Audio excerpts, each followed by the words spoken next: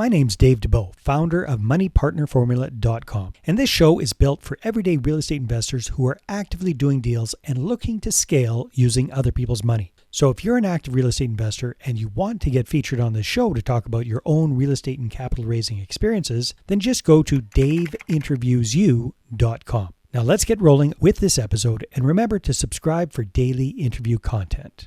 All right, guys, welcome to Property Profits Podcast. I'm your host, Bryce Kaminsky, filling in for Dave Dubow. And have you ever wondered how a special educator turned real estate pro juggles house hacking, flipping projects, and raising private capital, all while traveling and spending more time with family? Well, today, my guest, Dan Guenther from Longmont, Colorado. He's here to share his secrets on success. Dan, welcome to the show. Great to have you here. Thanks for having me on, Bryce. Honored to be here. Yeah, no problem. It's the Everyday Investor Show. So we're really just spotlighting people getting started, moving on, and scaling up their businesses. So let's go right to the beginning. How did you get started in this real estate game? Yeah. So kind of as you alluded to on that intro there, I was teaching special education in Portland, Oregon for about 5 years. Found myself super burnt out, and I was just looking down at that sheet, and I saw my ceiling. I was 5 years in and I had topped out at 10 years. I could see literally the maximum amount that I was going to ever make as a teacher. And I just, I kind of had to reconsider things. So that was 2019, and that was the year I left the classroom, and my wife and I pretty much sold everything that we owned, and we moved to New Zealand for a year. So that was that was kind of my reset, my discovery journey, I guess you could say. And that's when I got heavy into the podcast and books, and just figuring out how an average person can get ahead and make some changes in their life financially. So that's when I found, some of the Bigger Pockets podcasts and real estate books and all that stuff. And, fast forward about a year, I got my real estate license and my first property that same year, and haven't looked back since. So what was the first property? What does it look like? What'd you pay for it? What is it doing for you now? Yeah. So I just have the one house hack right now. We'll get into that a little bit, but so we got this property at about $420,000. This was back when interest rates were crazy cheap, crazy low. So we're at about 3.2% interest rate. Yeah. Monthly payment is $2,200 a month, and we currently rent by the room here. So we're bringing in about $3,200 a month in rental income. So accounting for CapEx and expenses and stuff like that, we're cash flowing about $500 a month. Nice. And this one property allowed me to go full time in real estate. Obviously, that was my biggest expense, and the cash flow and covering our mortgage allowed me to just really go all in, being on the agent side. So yeah, because it zeroes out the pressure to have to do something else. So you're on the agent side, you're a real estate agent as well? Correct. Yep. I cover the Denver market all the way up to northern Colorado. Nice. The being an agent and being an investor can sometimes be tricky. How do you navigate that? Yeah, it is definitely tricky. So my niche is working with investors. I primarily work with investors as an agent, whether that's helping them find a flip off-market property. I work with a lot of house hackers here as well, which has gotten pretty tricky with interest rates. But yeah, I mean, it is a balance. And I think that's something that I bring to the table as an agent is I'm an investor as well. And this is what I focus 100% of my energy on. So, and that's actually, it's led to partnerships that way too, is because especially for flip projects, I represent clients on the buy side and the sell side, and then we partner up as well when it comes down to the money. So pros and cons for sure. Well, it definitely helps you being able to have that inside edge on the data side. I know a lot of investors / agents, they really like having access. I mean, more so in Canada than the United States, because in Canada, we do have not a very limited access to information, but in the United States, there's lots of information. So what do you see as the major advantage for someone who's an investor or a realtor thinking about wearing both hats? There's definitely pros and cons. I get asked this all the time. Like, should I become an agent if I'm going to be buying a lot of properties? I would say, I mean, the biggest con, I guess, on the agent side is there's a lot of fees. I literally pay money to be an agent every year within, the subscriptions I pay for, MLS access, and, all the updating classes that you need to take. So it costs Yeah. money, like if you're going to do this part-time, it's definitely not just a side gig, it costs money. And if you want to be serious and actually make money, you got to fully commit. So you would say like the majority of your business is on the agent side of things at this point? Yep, yep. I just got into flipping this year, so I have my first flip project going right now in Longmont, and yeah, trying to get more on the investing side. But as soon as I went full time as an agent, obviously I turned into the penalty box as far as lending goes. Being self-employed, need 2 years Hmm. of proof self-employment income. So I Hmm. hit that about a year ago, and then so I qualify now, but it makes it a lot more difficult qualifying as a Yeah. So self-employed investor. the self-employed barber, self-employed Yeah. auto mechanic, any of that stuff, they're just like, where's your money coming from? Where Yep. is it? Where is it? Okay. 2 years. All right, I'll believe you now. So, um, what any sort of challenges along the way that you could maybe help someone collapse a time frame on, something that maybe you could have done differently, or something that you navigated that maybe someone else doesn't have to? Yeah. I mean, there's definitely lots of them. Doing the education piece ahead of time and finding a good team, finding a good agent. If you're going to go the on-market route, I guess it depends, if you're house hacking or versus like flipping or just buying holds. But Hmm. like building a team and networking has been the game changer for me. As I touched on before, like as soon as I went self-employed, and that is what forced me to kind of get into like the creative finance side of things and just like figuring out different ways that I can still buy properties without having to use banks. So, you got the sub two side, creative finance, you got bank statement loans. I never thought that that was possible, but the more that I learned and the more the people I met, the more realistic that got for me. So, Yeah, yeah, investing like hard money loans, bridge loans, all the different creative financing, subject to. So you're part of the subject to community. We were talking a little bit before about that. What do you find has been the benefit to being in part of that community? yeah, the network is crazy. Yeah. It's kind of an exclusive network. Once you're actually in, obviously there's the barrier to entry with paying to actually be in the program. But I mean, the people I've met through that directly, that's how I got my first flip. Was another sub two student sent it to me that I would have never met. So I mean, it's a big network. You can take what you want from it. There's Hmm. lots of different opinions on the sub two community, but everyone I've met has been so awesome and driven and motivated, and we're trying to solve problems.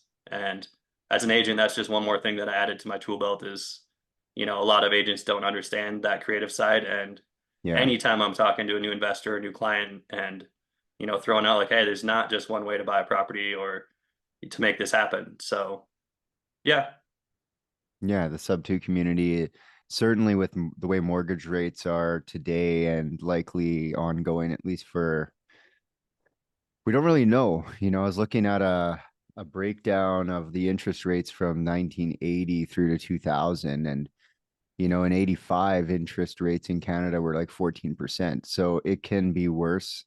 Um, it can be better. So we don't really know, but sub two allows you to kind of get some certainty where you can lock in on whatever rate they're still dealing with and ride that out until the refinance or the remortgaging date. So definitely, I see that strategy being valuable in helping people in situations where maybe their equity isn't so great. yeah, yeah, exactly. It's got to be a perfect situation on both sides. The seller has to have a reason why Hmm. that's the best route. Maybe they have, in a lot of cases, it's veterans here in Colorado where I see a lot of sub two deals where they just bought last year or a couple years ago and they don't have a lot of equity because they went in at 0% down Yeah. and they got deployed somewhere else. So if And they they're put it trying on to market, they're going sell to their lose house. money. Yeah. Yeah.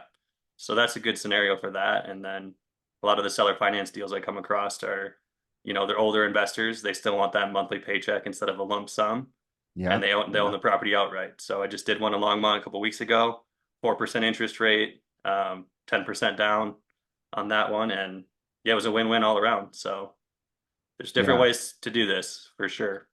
Well, and before the interest rates climbed up, people were just conventionally looking at things and going and getting a mortgage and buying something. And so when it got tight, and the banks, I think, are the reason that did get tight, because while the interest rate might be higher, their willingness to lend is also lower.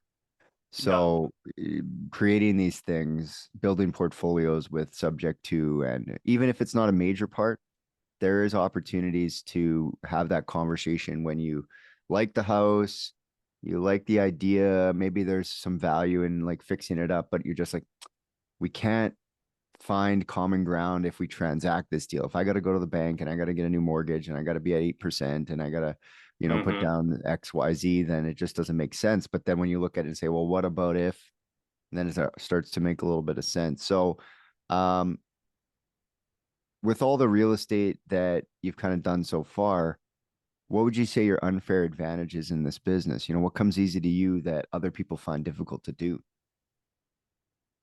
Yeah, it's a tough one. I mean, being the agent, like I mentioned, this is my full-time job, so I don't have other focuses or time. So like all my time is spent in real estate. And I Mm, think that's a little different a lot of the other people I talk to that have a full-time job. yeah, Also I don't have kids, which is like the second barrier that a unfair lot of advantage. people talk to is like, I got two kids, so I can't house hack anymore. I don't Yeah, have kids, so I'm luckily my wife is okay with house hacking and living with roommates. Based on our travels we've done, but for a lot of people it's time and kids yeah. essentially. So Well, those it's those are interesting the that big things. they use the frame "I can't." I was at this training event over the weekend, and "I can't" is actually not a very good communication. The reality is I can't actually either means two things. I don't know how, or I don't want to. So they could just say to you, hey, I don't want a house hack anymore because I Yep. have two kids. That's direct communication. Or they just don't know how to make that work. Maybe they do want a house hack, but they don't know how to actually have a house hack life with kids. So it's like the I can'ts. Now that I've heard that little tidbit in my brain, I was like, anytime I hear I can't, I'm like, is it they don't Yeah. want to or they don't know how? And then it's Exactly. Yeah. usually that they don't want to. So they should just come out and say, I don't want a house hack anymore. I have two kids. And that's Yeah. true. Like usually it's like single people that are making that decision about how they live themselves and their house hacking. A great way to get into property when you're right at the beginning of maybe your family creation, like maybe you don't have any kids or not even a partner in the picture. You're just like a solo person. You're like, yeah, I have no problem living in the basement of this house. No big deal. Yeah. They're paying my mortgage, right? Yep. Okay, check. I'll live on the futon in the basement. Not a problem as long as Yeah. I can get this mortgage paid. So, what does the future look like for your business? What do you see it going in the next year? Yeah. I'm still working on the scale aspect now that I've got things figured out, and my real estate agent side is steady, Mm-hmm. as far as income coming in and clients coming through. Yeah, I'm just trying to figure out how to scale, just like a lot of other people out there. It's been a roller coaster. I think Yeah. I compare myself way too much, and like seeing all the podcasts and people that are doing hundreds of doors, and it's like, why haven't I done that yet? But it's everyone's pace is different, and that's something like personally I've accepted is take my time. Like, I just got a flip project, which I didn't expect to happen. It just came to me, and that's just all about me consistently showing up. Um, so yeah, I'm looking to get consistent on a couple flips a year. Definitely more single family buy and holds, whether Mm-hmm. that's rent by the room or however I want to do that. Um, and yeah, just building the business and continuing to learn and grow. Yeah, and it's interesting because there is a lot of that, especially early on. I've been in real estate now about a decade, and when you're starting, you got a handful of properties, maybe you have one, maybe you have five, and then you're at like a networking event or you're at like you're listening to a podcast. You guys got I've got 1,100 doors across America, and you're like, that's fantastic. And it used to beat my ego down a little bit, but when I reframed it and I said, "Oh, you mean that's possible?" Okay. It's kind of like people used to believe you couldn't run anything faster than a 4-minute mile, and then someone did it, and it's just like, Yep. okay, watching someone, they're like, oh yeah, I got 1,100 units in Tennessee. Cool, I could do that too. Then yeah, I'm a person just like you. Yeah. Yeah. So it helped me with that like comparison syndrome. changed the frame. I said, it's more of like information, possibilities. When someone's like, oh, I've got, you know, 50 apartment blocks across America. And you're like, oh, good information. Now I know that check, that's possible. Instead of Yeah. like, oh, I don't have that yet. Well, Yep. sure, you could get it if you really wanted to, but that's their life, right? The design. So what is the design like? What do you hope real estate's going to do for you long term? Yeah, I mean, the initial reason why I got into this before I realized it was going to be my lifestyle was freedom. I Mhm. was not that teachers have the worst schedule. Obviously, we had 3 months off a year, Yeah. but I want to be able to travel Hmm. and pick up and leave, which, as you alluded to in the intro, last year I made actually, I made more than I did as a teacher, and I was still able to travel 3 months out of that year, saw my family more than I had in the last, 5 or 10 years. And that's Hmm. because I can do a lot of this remotely. So Yeah. the main thing is that freedom and also just that security of, consistent income coming in and leaving some behind for my family for sure. Yeah. So The internet has really allowed real estate to become one of the remote jobs. Investing yeah. is now one of, I mean, granted, there may be times you got to go down there, take a look, but even that can be systematized. You can do this business from everywhere. A lot of guys who have been down in real estate for maybe 5 years or so really start looking at it and going, I don't want to be anywhere in particular. That's the main reason I do the things I do myself is I don't want to be anywhere in particular. And if the Hmm. if the business I'm looking at or the opportunity I'm looking at has me there for particularly for some reason, I'm really less inclined to entertain the idea. If it's freedom from the desk, from the location, and I can participate via Zoom or something like that, then definitely I'm more inclined. So when you look at um what you're doing with the flips, do you see that as like a more hands-on thing that you're going to have to be there for, or have you started systematizing it so you can operate at a distance?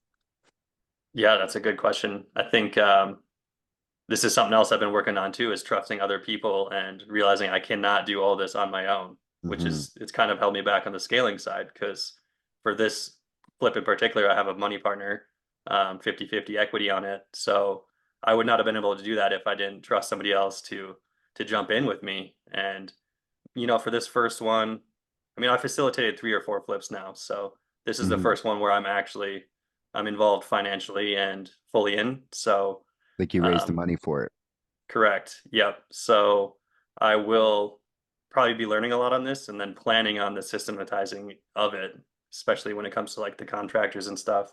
Yeah. So luckily this So is like five minutes from my current house. So I there feel you more go. comfortable. Like for this first one, I can be there, I'll be there. So, Well, I but yeah, remember there going was this forward. this couple from Tennessee. They have something like 1,000 units, and they spent the whole year because they were buried in their business. They realized they had created a job, property management, etc., and they just spent a year with the focus that they're 1,000 miles away. If you're 1,000 miles away, you operate differently. You could Big drive time. there, 6 hours, 8 hours, but how can we not? Even if you're in the same city, you're 5 minutes away from that project. After you go out to the movies, you might just roll by it because you can't help yourself. And that was Yep. what they said is like you got to help yourself and just don't go and see them practice the 1,000 mile mindset, and you'll actually build a business that you don't have to be in to own. And that was really, and then they live in Hawaii now. So there's the It's silver amazing. lining. Yeah, Yeah. Hawaii. So how are you funding your deals these days? Is OPM, other people's money, really becoming a larger part of what you do? Big time. Yep. So for this particular deal, we used a hard money loan. Hmm. Um, 10% down or 10% interest rate on this one and 10% down on it. So the hard money side is it's I've helped people do it. This is again my first time going through that personally. So definitely a learning process. But yeah, hard money is expensive. It's very Yeah. expensive. Well, there's two frames. It's expensive, or you could look at it and say it's motivational in that better exchange that hard money. Like let's get this project done. It's expensive, but the access is really important. Being able to like pull the trigger on things. I was talking to this guy on the airplane yesterday, and he's like, I don't have a down payment to get into these rentals. I'm like, you're never going to save enough money to really have the scale in business that you need. You got to use OPM. You got to recycle it. You got to refinance these things. You got to like get to the zero down properties because you're never going to have enough money to do the things you want. You got to start raising capital. So what was that process like when you started raising capital? Was it make you nervous? Did it come easy? Was it a difficult process? What did that look like for you? Yeah, I mean, this was the first year I really felt confident enough doing it. Before I just felt like a little bit of an imposter without Mm-hmm, that much mm-hmm, experience and stuff like that. But now that I've built some traction and a little bit of a network here and a presence within Colorado, I think people mm-hmm. see my track record and they know that I'm an honest and I'm in this for the long haul kind of thing. So this private money partner was one of my first clients actually when I first started 3.5 years ago, and Mm-hmm. we've done multiple deals together now. So we kind of came to the realization like, hey, let's stop doing like the in between stuff. Let's actually just be business partners. I know what you're good at. You know what I'm good at. I can Mm-hmm. find the deals I can facilitate, and he's got the money. So kind of just accepted it, which for a lot of people, I would recommend just, going online and finding a random person to be a business Yeah. partner with, like I'm very conservative on that side as far as like, A, I don't want to ruin our friendship, Mm-hmm. and B, like I want this to be profitable and not have either of us lose money because, I'm Yeah. responsible for somebody else's pretty big chunk of money right now. And it's not something to take lighthearted, I guess. Yeah. Certainly, with all the flips I've done, there's a ratio that my mentor was like, okay, you're going to win on seven, you're going to break even on probably two, and you're probably going to lose money on one. And so in 10 deals, um, you just hope that when you lose money, it only has four digits instead of five digits. Yeah. And I've taken a couple 5-digit hits where things just went sideways. The basement floods, the project goes long, you find a bunch of stuff. The kitchen is a disaster to try to fit into the space. It's flipping, retrofitting houses. So I've lost a few dollars of investor capital, but over time you stay in the game and you pay them back. The last time it took a good part of 2 years to return the capital using other projects. And I'm sure we could have paid it off faster if we wanted to, but we just set terms and repaid the loan. And, they were happy with the exit and, everyone got their money back. It's just a matter of like the realization that not everything in flipping goes perfectly, but to be responsible with the money. And when you lose it, you find it and you bring it back. You might have to go and do a few more deals or do an assignment here and there to really just refill the void that last project created. So Yeah. I mean, are what, you question for go ahead. you on that? Like when you're talking to your partners and stuff like that, like obviously you're setting these expectations up front, right? Like, hey, you Hmm. understand what we're getting into. You know that I cannot predict everything. And is that something that you normally do? Well, I'm typically doing promissory notes, so like the leverage Okay. is off of them. In some cases, I've done splits, and in hindsight, projects, it's easier to raise money when there's no leverage on their side. When there's no downside for the person you're raising money from, they're typically more inclined to like come into the deal. When you say, Mm, hey, you want to split it 50-50, um, that goes both ways. It's not just like, hey, 50-50 on the up and nothing on your liability on the down. No, if this thing goes sideways, you're coming with me too there. And then they're right. like, well, and one strategy is to present both. And you say, hey, let's do a 50-50 partnership. And they're like, that sounds great. Because usually the money's bigger on a flip when you split it 50-50. And then you say, okay, but if it doesn't go right, you're okay with going 50-50 down into this hole. And they're like, well, okay, well then let's talk about percentages. If you're not super excited, well, maybe we just do like a 8 or 10% promissory, and the problems are mine, but also the lion's share of the profit becomes mine because I'm just paying you as a lender. So I find that when I present the up, the split, and then the down, I can usually get a better rate on the capital, whereas hard money is usually like a 15 or 13% game. If you present the fact that, yeah, you can have even more money than that, but the downside exists. And then they're like, well, I don't really want the downside. So fine, then take a limited return on your capital. How about 8%? Oh, Mm, not 8. How about 9?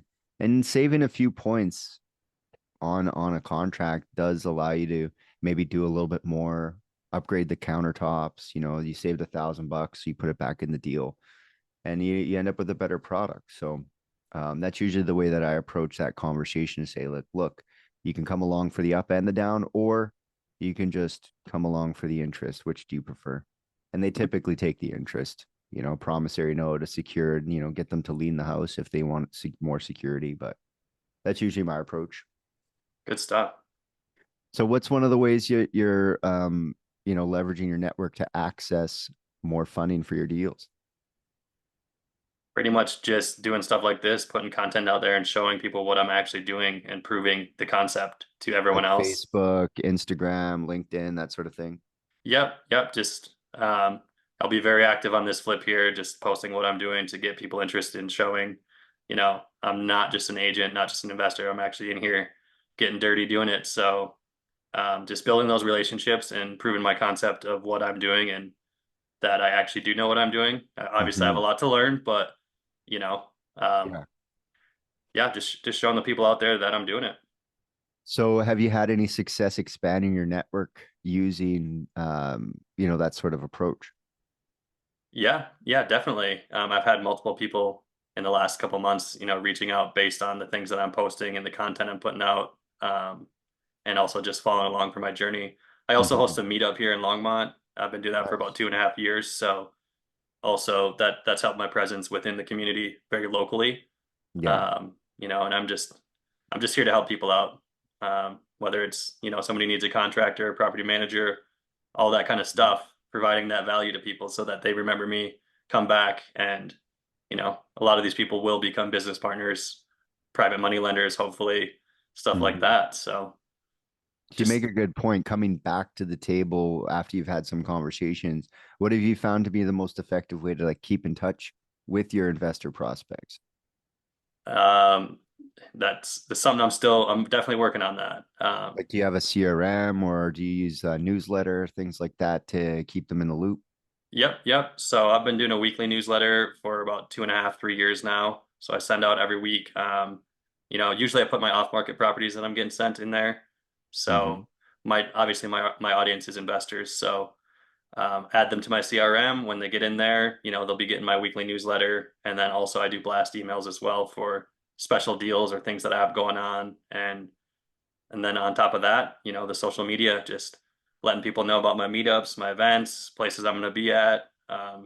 Having people come over and look at the flip has been awesome. Had a lot of people that are just like, they want to get in and just see exactly what you're doing and how it's done.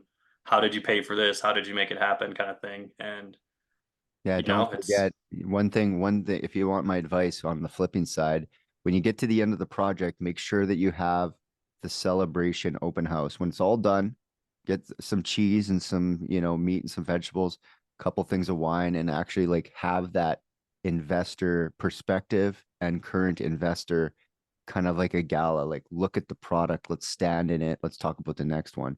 And a lot yep, of people miss that moment because they're so worried about selling it that they forget that there's a huge amount of value in that one transitionary period where it's like the flip is done, it's listed on, say, Monday, and we're done on a Tuesday, and we've got like 5 or 7 days.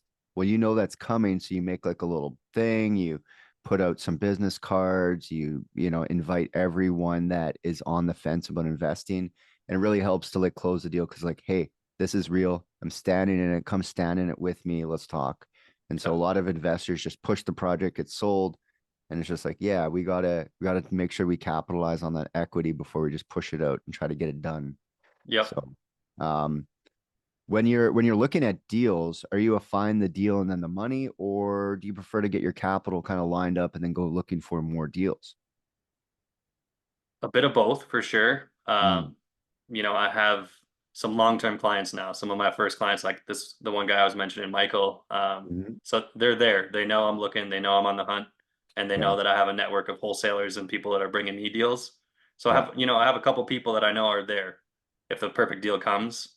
But in general, my focus is on finding the deals. Within my database, I know that if I do find a good deal, it's it's sold. Like Yeah. You can get it finding into that money's someone's going to be hands. easy. Yeah. So just, I guess, learning how to analyze the deals and deciding what's a good deal has been, something that's helped me out a lot, and Hmm. confidently sending out deals that aren't just trash, because there's a lot of trash deals being sent around, and Yeah, I that want to can be also confident. most, that's a good point you make. Like if you send out trash deals, people will think that you think that's a good deal and it'll really change the frame. They may not say anything to you, but they'll look at it and go like, is Dan really sending me this? Like professional investors, especially, they're like, Yeah. does Dan really think this is a deal? And then you start wondering, does Dan know what he thinks, like what he's Yes. doing? So yeah, making sure that you're like vetting those things that you're sending out, making sure that there's like meat on the bone there. Um, for people to invest significant capital, they need to like, know, and ultimately trust you. What are you doing for those sorts of things in like the dialogue and your approach when you look at your social media and your messaging? Yeah, it's all about relationships, just like you said there. I'm consistent, and I realize like it takes time to build these relationships. So like Hmm. from day Hmm. one, the people that I follow up with, I help out, I provide the resources, the people, the connections, without any expectations of something coming back to me. And for the Hmm. most part, like 90% of people don't do business with me, but I help them make money. Like I've made so Yeah. much money for people without getting paid for it. And that's something I'm also trying to get better at, is, valuing myself and my worth for the work that I do. Because I'll go over and help people change outlets. Like I was just doing that at another person's flip the other day for nothing, just because I care, and that's who I am. And it's starting to pay off, because a lot of people have come back and be like, "Damn, Dan, like a lot of people, and you don't ask for anything unless Hmm. it, like if we're involved, obviously I'm getting paid, but Yeah.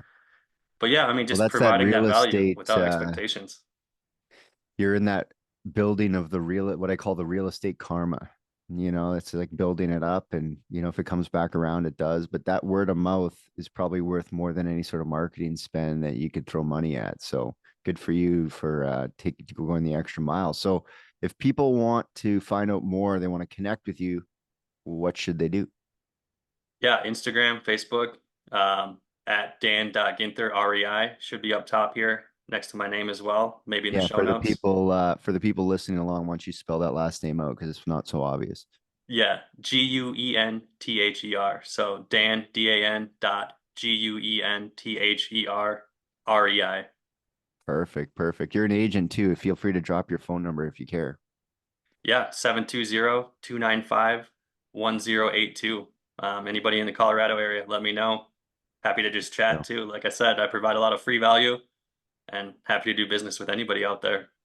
awesome, awesome. Well, I really appreciate you stopping by, and until next time, guys, we'll catch you on the next episode.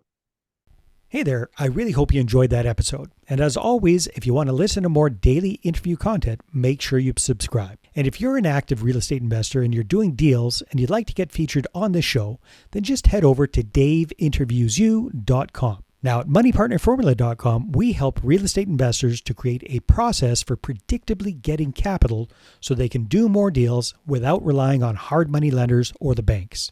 We do this by building them a private capital marketing system. Now, if you want help turning yourself into a big money capital attraction machine, then book a call with our team to see how we can help. Just visit moneypartnerformula.com to find out more. All right, take care, and we'll see you on the next interview.